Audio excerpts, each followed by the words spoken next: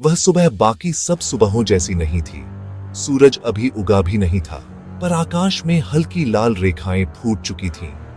हवा में धुएं और धूल की मिलीजुली गंध थी, जैसे धरती खुद किसी गुप्त अनुष्ठान की तैयारी कर रही हो। चंद्रगढ़ के राजा सोमेश्वर देव अपने महल की सबसे ऊंची बालकनी से नीचे झांक रहे थे। सामने फैला हुआ घाटी का दृश्य शांत था, लेकिन उस शांति में कुछ अजीब था, जैसे हवा के भीतर कोई छिपा हुआ कंपन। 300 सालों से चंद्रगढ़ का राज्य उसी वंश के हाथों में था, और उतने ही वर्षों से हर राजा के शासनकाल में एक अनोखी बात होती थी। राज्य के केंद्र में स्थित मौन सरोवर की सतह पर हर अमावस्या की रात को एक तेज सफेद रोशनी उभरती थी। कोई नहीं जानता था कि वह क्या है। कुछ कहते थे वह देवी का आशीर्वाद है, कुछ कहते थे वह शाप है जो अभी तक टूटा नहीं। राजा सोमेश्वर के मन में हमेशा एक ही सवाल चलता रहा, अगर यह देवता का आशीर्वाद है तो हर राजा की मृत्यु अमावस्या की रात ही क्यों होती है? उनके पिता, उनके दादा और उनके पूर्वज सभी उसी रात अचानक प्राण त्याग देते थे। कोई बीमारी नहीं, कोई युद्ध नहीं, बस नींद में मृत्यु। अब वही अमावस्या फिर आने वाली थी। राजा ने निश्चय किया कि इस बार वह मौन सरोवर के रहस्य को जाने बिना नहीं रहेगा। उसने राजमहल के पुरालेख खोलवाए।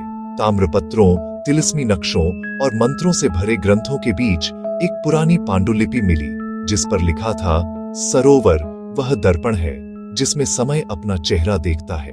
शब्द अजीब थे, पर अर्थ उनसे भी अधिक भयावह। अमावस्या की रात, जब पूरा महल दीपों से रहित था और राज्य नींद में डूबा था, राजा अकेले उस सरोवर की ओर चला। रास्ता सूखे पत्तों और ठंडी मिट्टी से भरा था। जुगनू हवा में धीमे धीमे तैर रहे थे, मानो किसी मौन जुलूस के दिए हों। सरोवर पहुंचते ही उसने देखा, पानी की सतह बिल्कुल स्थिर थी, जैसे किसी ने उसे शीशे में बदल दिया हो। कोई लहर नहीं, कोई हवा नहीं, और फिर बिना किसी आहट के सतह पर एक हल्की सफेद रोशनी उठी। धीरे धीरे वह रोशनी घूमने लगी और उसके भीतर छवियां बनने लगी। राजा ने देखा कि वही वह स्वयं था, लेकिन बहुत वृद्ध। फिर उसने देखा वही सरोवर, वही रात, लेकिन पानी में डूबती हुई एक आकृति। अचानक जमीन हिलने लगी। हवा में एक अजीब सी गंध फैली, जैसे पुराने लोहे और राख की। सरोवर से एक कंपन उठा और पूरे वातावरण में गूंज गया। राजा ने एक पत्थर का टुकड़ा उठाकर पानी में फेंका, लेकिन वह सतह तक नहीं पहुंचा। वह बीच में ही गायब हो गया। अचानक उसकी आंखों के सामने पूरा अतीत खुल गया। उसने देखा कि सदियों पहले इस राज्य के पहले राजा ने अपने भाई को इसी सरोवर में जीवित दफना दिया था, क्योंकि वही सच्चा उत्तराधिकारी था।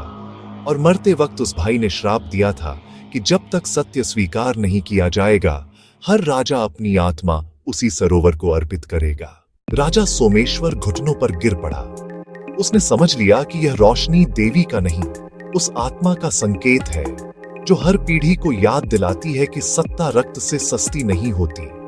उसने पानी की सतह को छूने की कोशिश की, लेकिन उसके स्पर्श के साथ ही रोशनी और तीव्र हो गई। हवा तेज हो गई। सरोवर की गहराई से एक भंवर उठा और राजा उसमें समा गया। सुबह जब सैनिक वहां पहुंचे, सरोवर पहले जैसा शांत था, पर उसकी सतह पर पहली बार हल्की सी लाल आभा थी, जैसे सूर्य की नहीं, बल्कि किसी आत्मा की रोशनी हो। उस दिन से एक नया चमत्कार शुरू हुआ।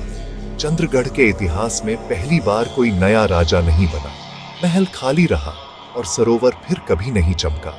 लेकिन हर अमावस्या की रात, जब पूरा राज्य अंधेरे में डूबता है, तब हवा में किसी के कदमों की आहट सुनाई देती है, मानो कोई अब भी सरोवर के किनारे खड़ा अपने ही प्रतिबिंब को खोज रहा हो।